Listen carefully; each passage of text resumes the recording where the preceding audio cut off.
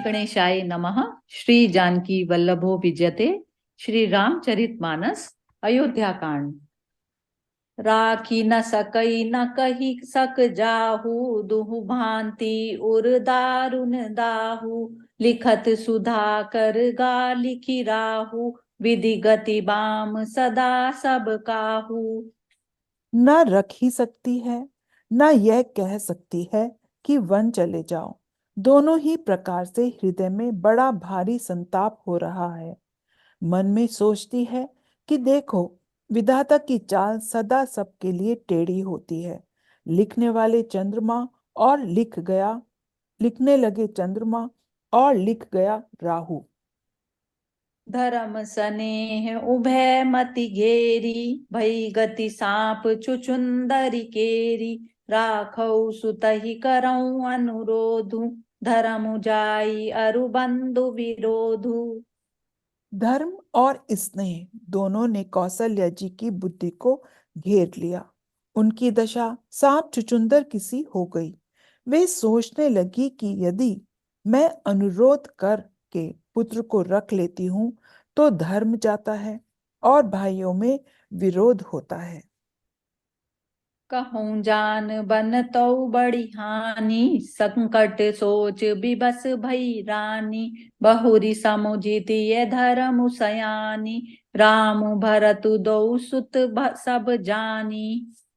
और यदि वन जाने को कहती हूं तो बड़ी हानि होती है। इस प्रकार के धर्म संकट में पड़कर रानी विशेष रूप से सोच के वश हो गई। फिर बुद्धिमती कौशल्या जी स्त्री धर्म को समझकर और राम तथा भरत दोनों पुत्रों को समान जानकर सरल सुभाव राम महतारी, बोली बचन धीर धरि भारी।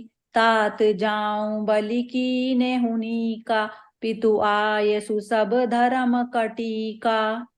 सरल स्वभाव वाली श्री रामचंद्र जी की माता बड़ा धीरज धरकर वचन बोली, हे तात, मैं बलिहारी जाती हूँ। तुमने अच्छा किया। पिताजी की आज्ञा का पालन करना ही सब धर्मों का शिरोमणि धर्म है। राजु देन कही दीन बनु, मोहिना सो दुख लेसु। तुम बिनु भरतहि भूपतहि, प्रजहि प्रचंड कलेसु। मंगल भवन अमंगल हारी, द्रवहु सो दशरथ अजिर बिहारी। राज्य देने को कहकर वन दे दिया, उसका मुझे लेश मात्र भी दुख नहीं है। दुख तो इस बात का है कि तुम्हारे बिना भरत को, महाराज को और प्रजा को बड़ा भारी कलेश होगा। जो केवल पितु आय सुताता, तो जनि जाहु जानी बड़ी माता। जो पितु मातु कयऊं बन जाना, तो काननु सत अवध समाना। हे तात, यदि केवल पिताजी की आज्ञा हो तो माता को बड़ी जानकर वन को मत जाओ। किंतु यदि माता पिता दोनों ने वन जाने को कहा हो तो वन तुम्हारे लिए सैकड़ों अयोध्या के समान है।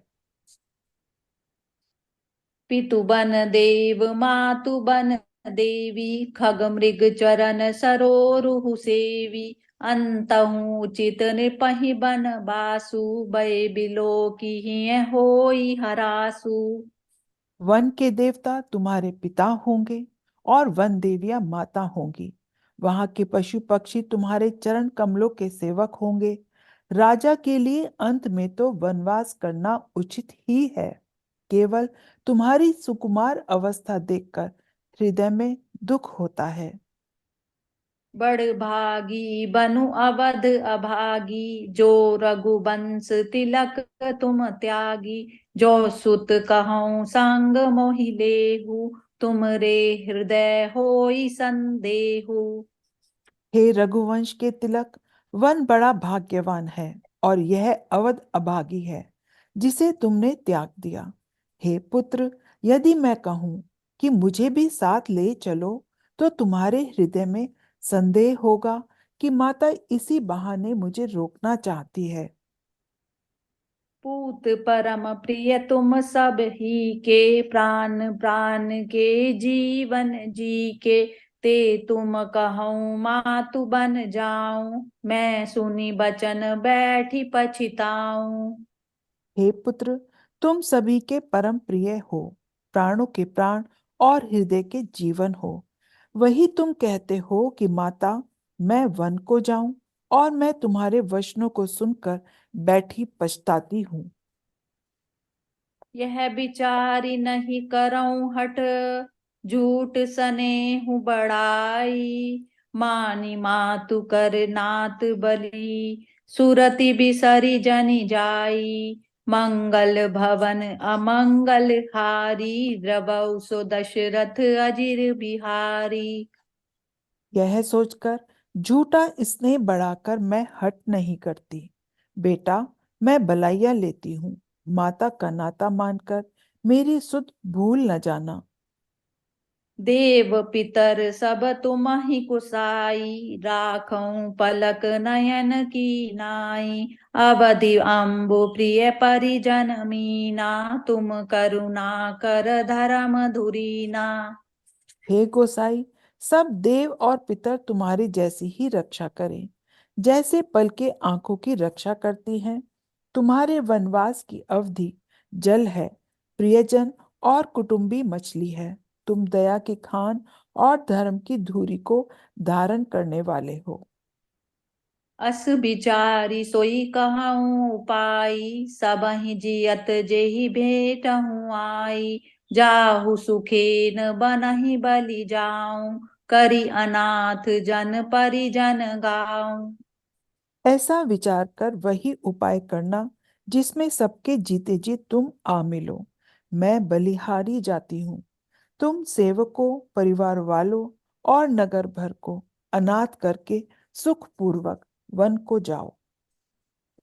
सब कर आजु सुकृत फल बीता, भयं करालु कालु विपरीता, बहुविधि विलपि चरण लपटानी, परम अभागिनी आपु ही जानी। आज सबके पुण्यों का फल पूरा हो गया, कठिन काल हमारे विपरीत हो गया। इस प्रकार बहुत विलाप करके और अपने को परम अभागिनी जानकर माता श्री रामचंद्र जी के चरणों में लिपट गई।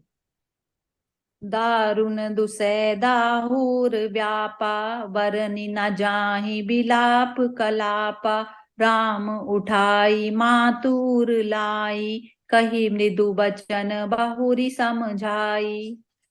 हृदय में भयानक दुस्सह संताप छा गया। उस समय के बहुविध विलाप का वर्णन नहीं किया जा सकता। श्री रामचंद्र जी ने माता को उठाकर हृदय से लगा लिया और फिर कोमल वचन कहकर उन्हें समझाया।